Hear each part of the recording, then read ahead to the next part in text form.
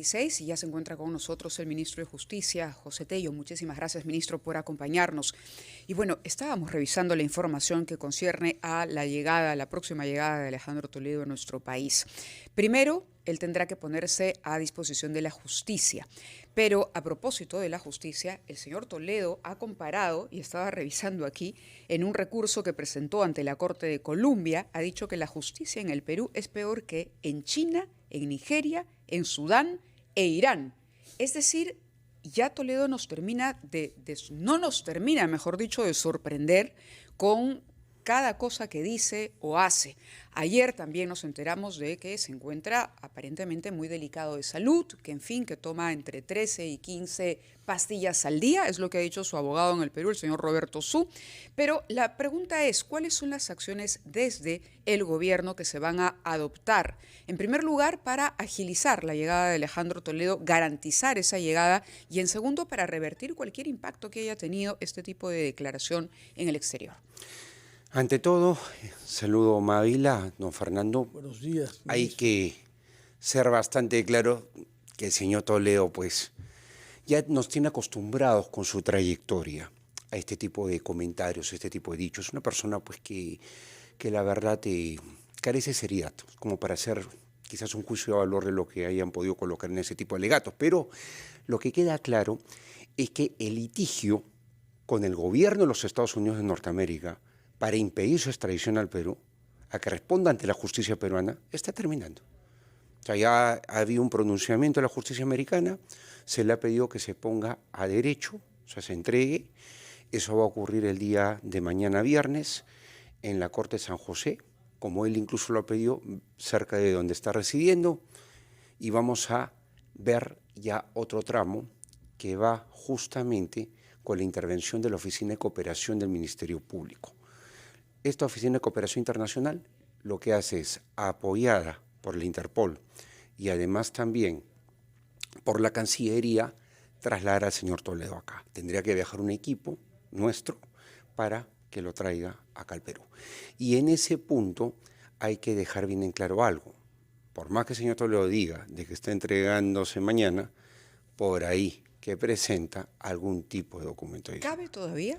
Es decir, ¿hay espacio para eso? Sería... Y de otro lado, permítame completar la pregunta, ¿hay alguna coordinación directa entre el gobierno peruano y el gobierno norteamericano o simplemente ya esto está corriendo trámite? A ver, eso es importante que quede claro. Nosotros tenemos en el proceso de extradición, empiezo con lo último, dos etapas, una etapa jurisdiccional y una etapa política.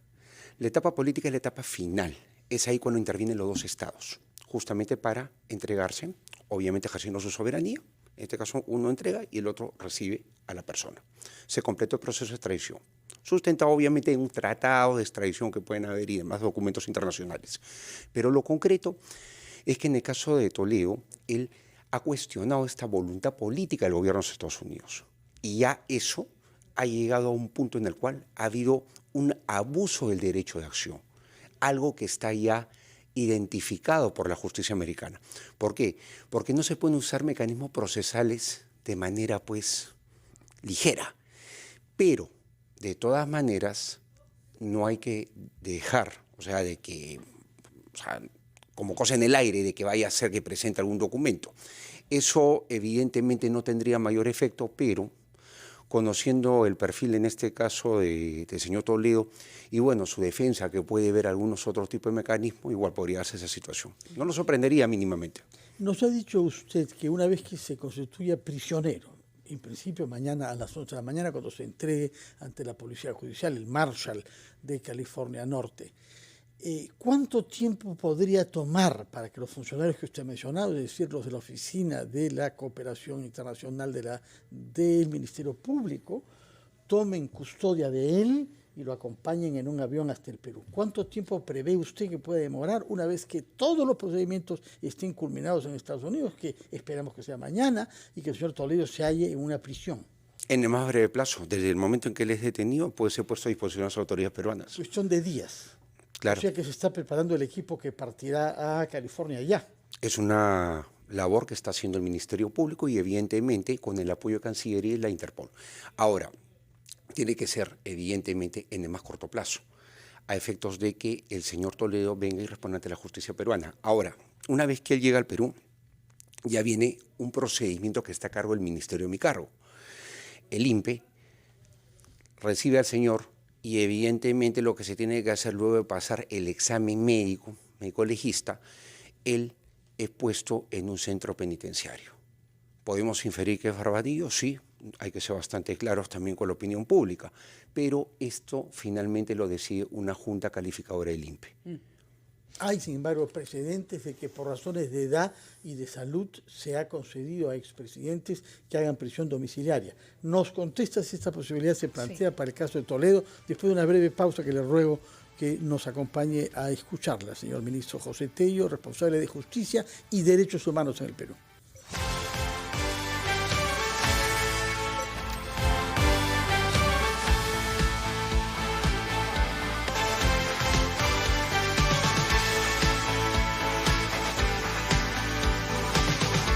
Son las 8:39, estamos conversando con el ministro de Justicia y Derechos Humanos, doctor José Tello, que nos ha dado algunos alcances sobre lo que es el procedimiento en curso para la extradición de Toledo, el expresidente, y nos ha adelantado que podría hallarse en el Perú, si todo discurre bien, en pocos días.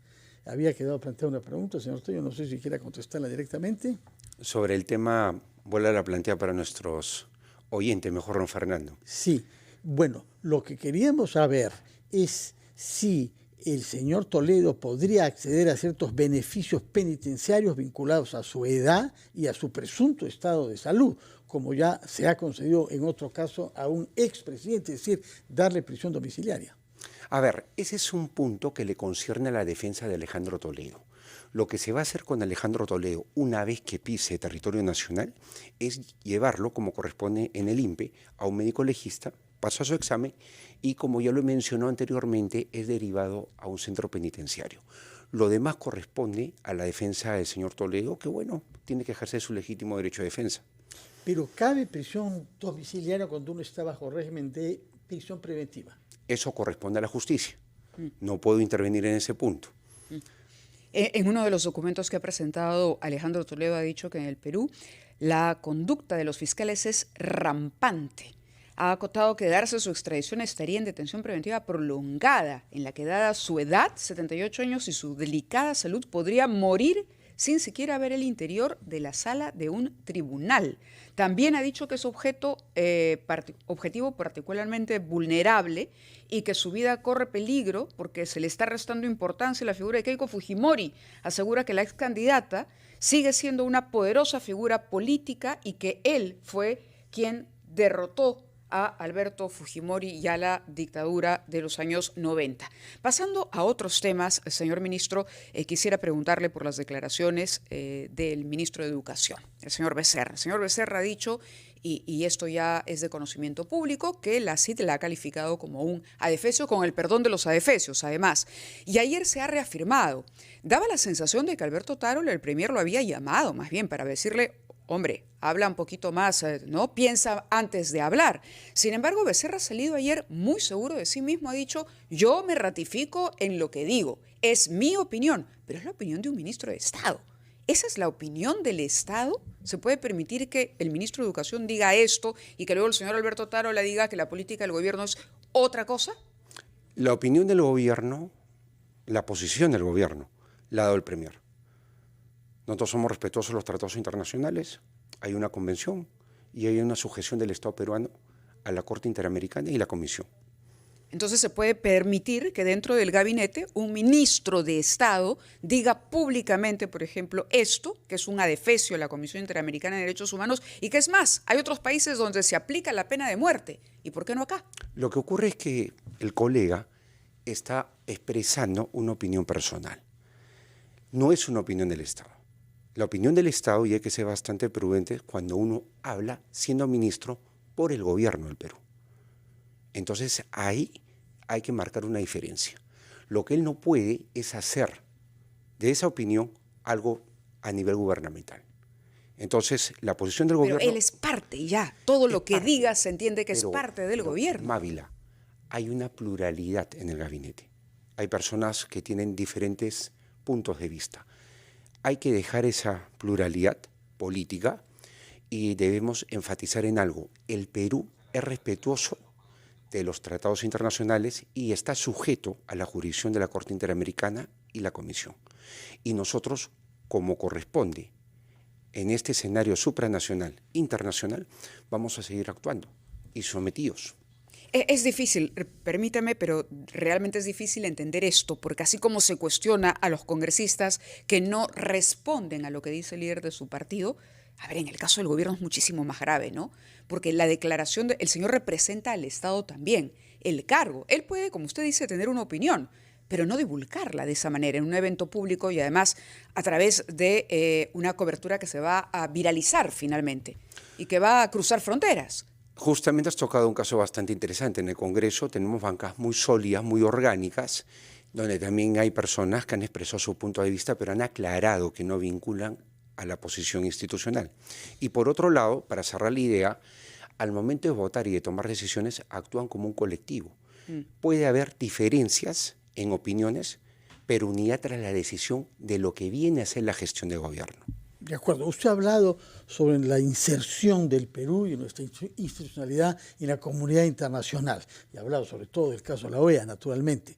Pero también somos miembros de la ONU y eso nos obliga y tenemos compromisos con ella. Compromisos que nos han permitido que se firme un convenio con la ONU respecto del reforzamiento del diálogo y la descentralización en el Perú. Quisiera que nos diga una palabra sobre lo que se ha hecho y lo que eso permitirá hacer en un país que necesita radicalmente de diálogo.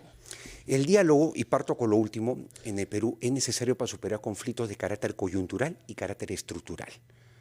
Por ejemplo, los eventos que hemos tenido, las protestas, manifestaciones, son coyunturales, pero hay problemas que son estructurales. Por ejemplo, la situación de los corredores mineros es estructural, es un tema mucho más complejo. Entonces, ¿qué ocurre? Actualmente venimos desarrollando con la ONU un trabajo intenso a través de sus oficinas, el ACNUR, el Alto Comisionado de Naciones Unidas para Refugiados, o el propio PNUD, que se encargan también de ver programas como el de defensa de defensores de derechos humanos o protección de defensores de derechos humanos, caso, por ejemplo, que hemos tenido recientemente, el asesinato con Doricón, claro, en Puerto Copa. Pero también tenemos el trabajo que se hace con empresa y derechos humanos, que es un esfuerzo importante por formalizar y por mejorar o entender lo que es la actividad empresarial bajo una óptica de derechos humanos. Ahora, este es un tercer elemento que se suma y hay un financiamiento importante de 2.6 millones de dólares, que en este caso es proporcionado al gobierno peruano a través de las agencias cooperantes para fortalecer estas mesas, espacios de diálogo a nivel nacional. Bueno, es una buena noticia y nos tendrá informados cuándo es que se llevan a la práctica estas mesas de diálogo, porque como estamos viendo en Piura, por ejemplo, si no hay mesa de ese tipo, no se sale de los conflictos y quedamos atrapados en la polarización. Señor ministro José Tello, muchas gracias por su presencia, que tengan muy buenos días y que podamos estar conversando pronto, espero, sobre Toledo en el Perú, en la situación judicial que le corresponde. Sería interesante. Muchas gracias. Gracias. Hacemos una pausa a las 8:46. Tenemos más en Ampliación de Noticias.